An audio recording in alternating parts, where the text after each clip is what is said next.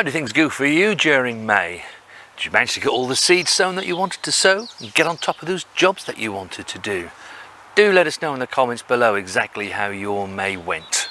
Hello, my name is Barry and you are on the No Dig Norfolk Gardener channel. Today's video is all about those exciting jobs for June.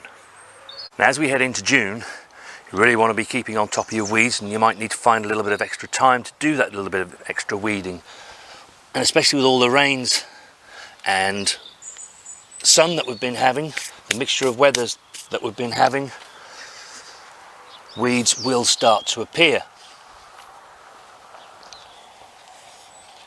June is a really exciting time because harvest will start to come and we'll be able to start to enjoy all of our lovely hard work that we did earlier in the year. But don't go and spoil it all by letting those weeds take over your plants. Now, if you've sown your peas and your broad beans later than us, remember we sowed our broad beans back in November and we sowed the peas at the beginning of March. So the peas went out toward the end of March. Yeah, and you can see how tall they've got. But if you sowed later, don't forget to get your stakes. And however you're going to do it, this is just the system that we use. We grow a very tall variety called alderman. And yeah, you need to be getting your stakes in place so that they have something to grow. If you're growing a low variety, you can use pea sticks. Some people use the netting, some people use canes and put the netting along and let them grow up like that. With broad beans, a cane in there, will help just steady them up. We've used canes and put strings across. And you can see that our broad beans are ready for harvest. That's the beauty. If you can get away with an autumn sowing, you get them just that little bit earlier.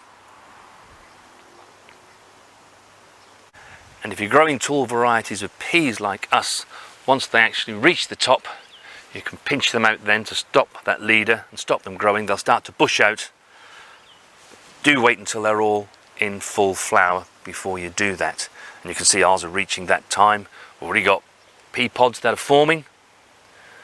So it's not going to be too long before we can start enjoying some nice sweet peas.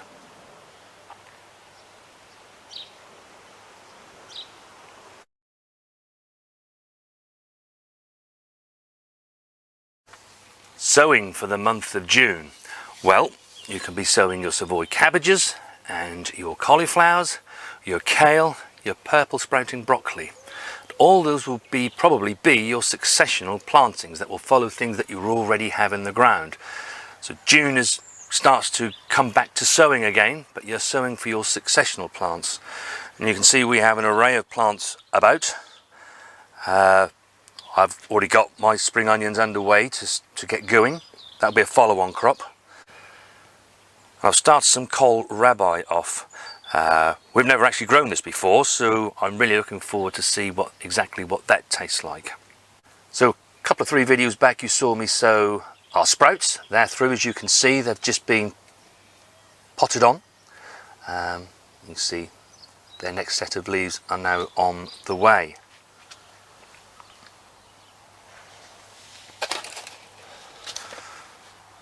We also sowed some more radish about a week or so ago. You can see they've all popped through, multi-sown of course, that's how we like to do them. Basil, that's all survived well after its potting on. And I've got some Romanesco Ormskirk cabbage,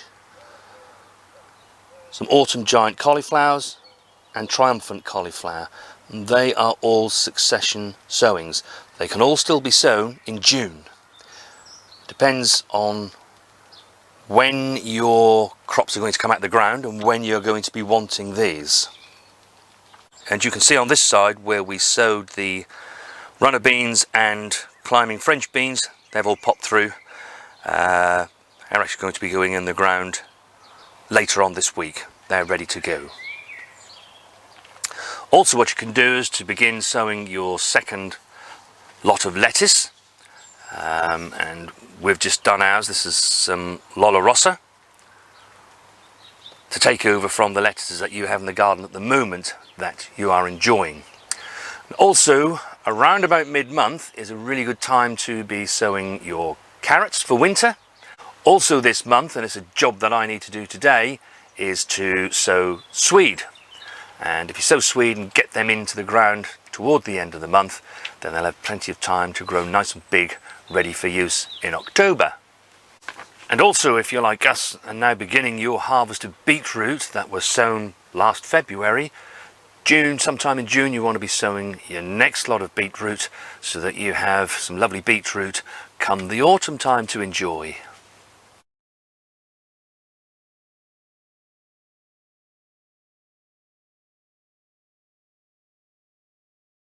Now, if like us you're growing strawberries, now's the time of the year when you want to be netting them, because as soon as they start to turn red, the birds become very, very interested in them. Now, as you know, we normally use a system with blue hoops and we put netting over. Now, I've ordered some blue hoop, but it's on back order and I'm waiting for that to come. If you don't have that to hand and you don't use that system, there are many different ways to make netting. It doesn't have to be difficult. These are just some canes that we've driven into the ground for now, with some flower pots over the top so that you don't poke your eyes out when you're bending down to harvest. And we've just draped some net and put some stakes into the ground to hold the netting down. And that's just enough to keep the birds out.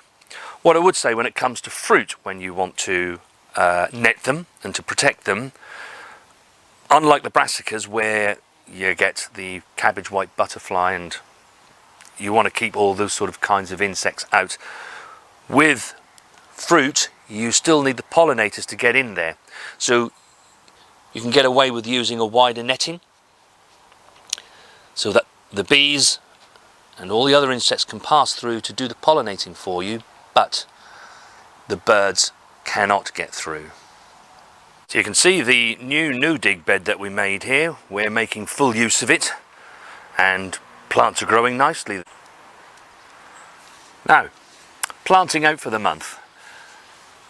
You can be planting out sprouts of all kinds into the garden in June, and indeed ours will go out as soon as we finish the harvest of our overwintering onions and spring onions.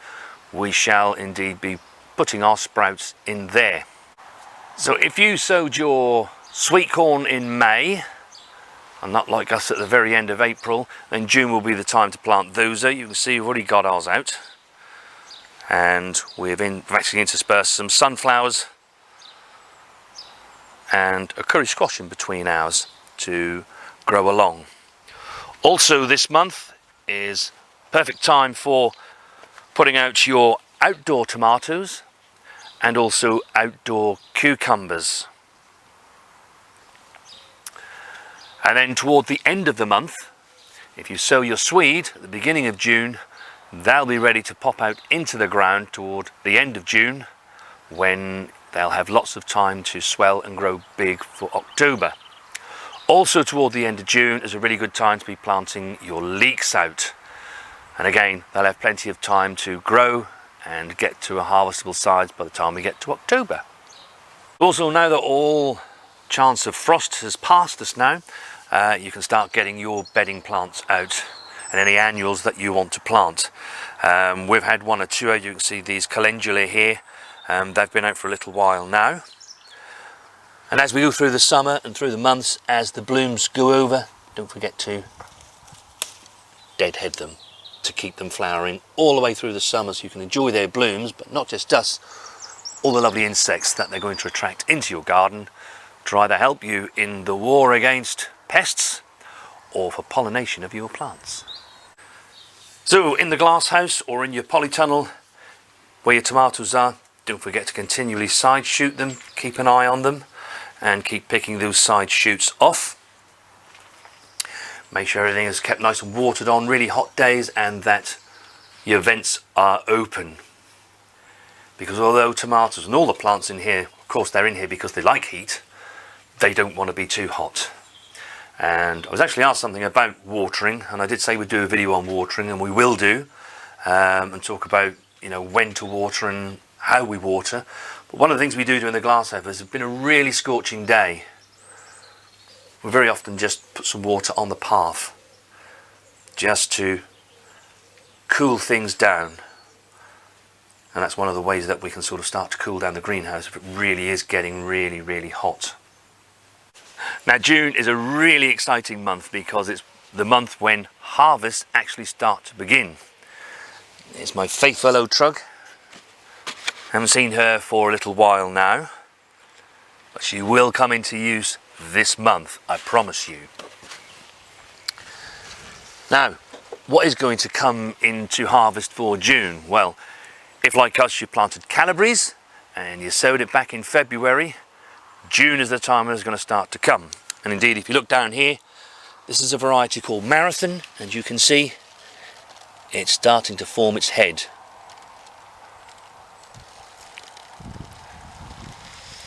Also, the cabbages that were sowed at the same time, they're now starting to come to harvest, and we will be taking cabbages during the month of June. They're starting to heart up. They're not solid yet, so they're not ready to pick yet, but they will come this month. Potatoes, they will start to come ready this month. Your first earlies, in particular in June. The Charlotte that we planted, which are a second early crop, they're just in front of me there. They'll be ready for a harvest in July. Indeed, they're now starting to come into flower now. So, and I was just having a little bit of a search around a little earlier while I was uncovering those brassicas, and yeah, there's some quite sizable potatoes under there now. These happen to be the main crop, and these won't be harvested for a couple of months or so as yet. But again, there are some sizable potatoes under there.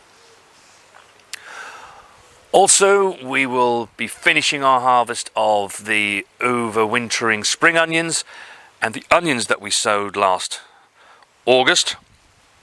Then it's starting to swell up, and we'll have some onions to use, which should just bridge the gap until our main crop onions are ready. Also in June, the carrots will be ready to harvest. And I shall be having a look at those because I think there might be some of some size. I like them quite small when we eat the summer carrots. I don't want them to get too big because they taste so lovely and sweet. And from what I can see here, they look as though there may be one or two. It's also a good way to thin them too. So if you take them small and then leave the rest to grow on. So your multi-sown beetroot that you sowed back in February, they're going to be starting to come ready. I always like to take them again quite young this time of year. You can see we've had one or two out of this clump, and all you do is just take the biggest one each time and twist it away, leaving the rest to grow on. In fact, I do want a beetroot today, so there we are.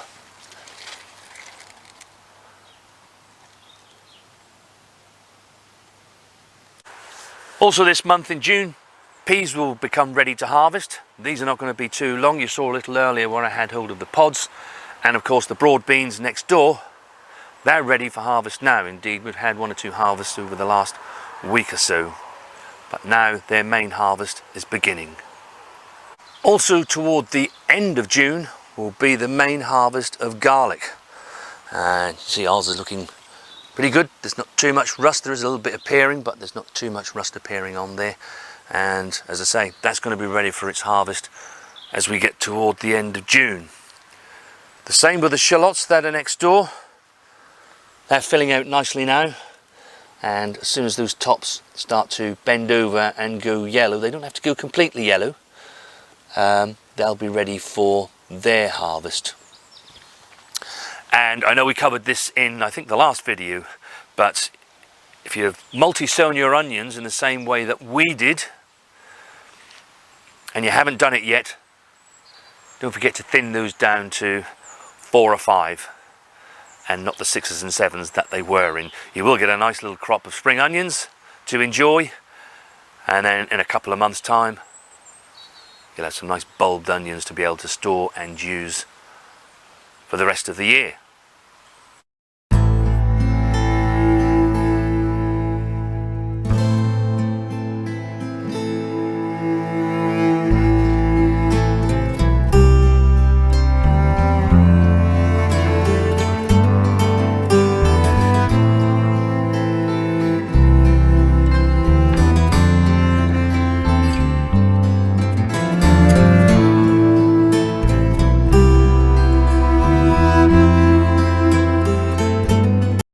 So they are our jobs for June, Some of them you might well need to be doing, some of you might not. It depends on what you're growing really and exactly what your plans are.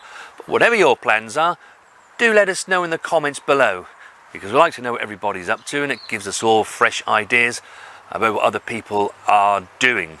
And as usual, as we come to do some of these jobs during the month, we should be filming them. So if you want to see how we're getting on, don't forget to subscribe to the channel. We shall catch you on the next video.